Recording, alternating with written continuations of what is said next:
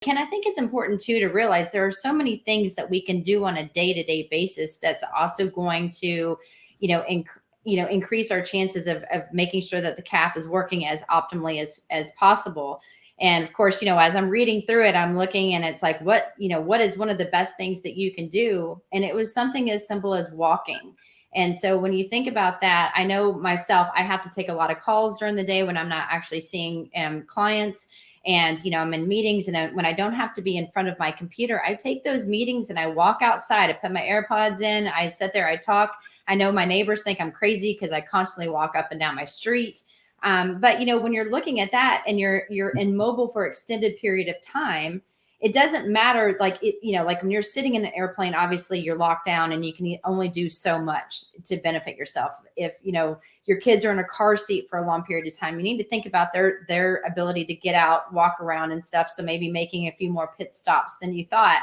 But when you're doing all of this sitting, then that's when you're also seeing that the blood starts to pool. That's when we start to see the swelling, and it can actually lead to dangerous blood clots. And so when you hear people talk about deep vein thrombosis, that's a big deal.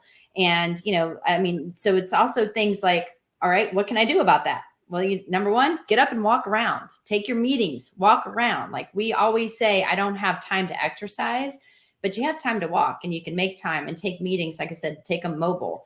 And, I thought another thing that was interesting was people are actually now taking like their company meetings outside and walking as they're talking. And I was like, you know what, that's genius. We always talk about getting up and setting an alarm and stretching, for a couple minutes every 30 minutes or so, but why not take a walk?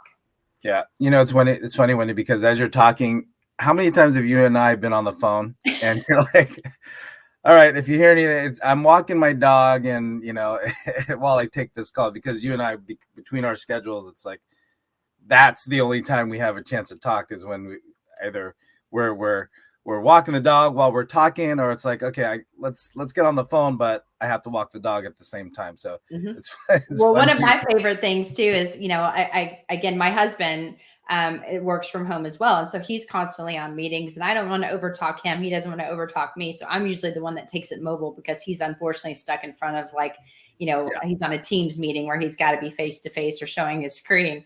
And my favorite thing that you say, and you say it all the time, is like, where are you? And it's because I have my AirPods in that pick up everything, and he hears the birds chirping, so like, must be nice out there in Atlanta. Yeah, it's not raining today. The birds are out.